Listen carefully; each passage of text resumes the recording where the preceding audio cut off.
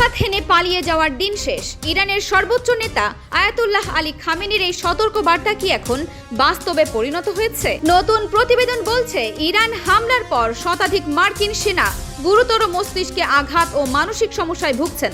তাহলে মধ্যপ্রাচ্যে আসলে কি ঘটছে? চলুন জেনে নেওয়া যাক। মধ্যপ্রাচ্যের চলমান সংঘাতকে ঘিরে নতুন করে আলোচনায় এসেছে মার্কিন সেনাদের ক্ষয়ক্ষতির বিষয়টি। লেবানন ভিত্তিক সংবাদ মাধ্যম আল মায়াদিন এবং সামরিক বিষয়ক প্ল্যাটফর্ম দ্য ওয়ার হর্সের প্রতিবেদনে দাবি করা হয়েছে, ইরানি ক্ষেপণাস্ত্র ও ড্রোন হামলায় অন্তত 170 জন মার্কিন সেনা মস্তিষ্কে আঘাত বা ট্রমাটিক ব্রেইন ইনজুরির শিকার হয়েছেন।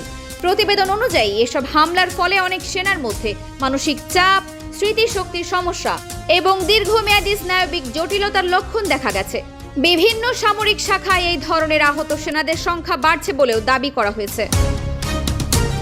দ্য ওয়ার হর্সের তথ্য মতে নৌবাহিনী, বিমান বাহিনী এবং মেরিন কোর সব মিলিয়ে বহু সদস্য চিকিৎসার আওতায় রয়েছেন। প্রতিবেদনে আরও উল্লেখ করা হয়েছে যে কুয়েতের একটি সামরিক স্থাপনায় বড় ধরনের হামলায় কয়েকজন মার্কিন সেনা নিহত এবং একজন জ্যেষ্ঠ কর্মকর্তা গুরুতর আহত হন বলে দাবি করা হয়েছে। এদিকে এবিসি নিউজের একটি প্রতিবেদনে যুদ্ধ চলাকালে মার্কিন বাহিনীর হতাহতের সংখ্যা উল্লেখ করা হয়েছে।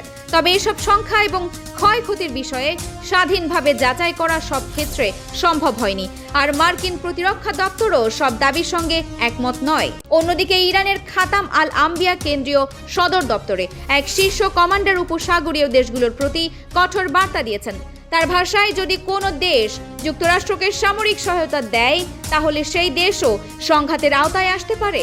বিশ্লেষকদের মতে মধ্যপ্রাচ্যের এই সংঘাত এখন শুধু ক্ষেপণাস্ত্র বা ড্রোনের লড়াই নয়, এটি মানসিক চাপ, সামরিক প্রস্তুতি এবং কৌশলগত সক্ষমতারও পরীক্ষা। ফলে প্রতিটি হামলার প্রভাব যুদ্ধক্ষেত্রের বাইরেও দীর্ঘমেয়াদে অনুভূত হতে পারে। পরিস্থিতির দ্রুত পরিবর্তন হচ্ছে আর নতুন তথ্য প্রতিনিয়ত সামনে আসছে। তাই যাচাইকৃত তথ্যের ভিত্তিতেই ঘটনা প্রবাহ পর্যবেক্ষণ করা জরুরি। আন্তর্জাতিক রাজনীতি ও প্রতিরক্ষা বিষয়ক আরও আপডেট পেতে আমাদের সঙ্গেই থাকুন। Farhana Nizam, DUB news.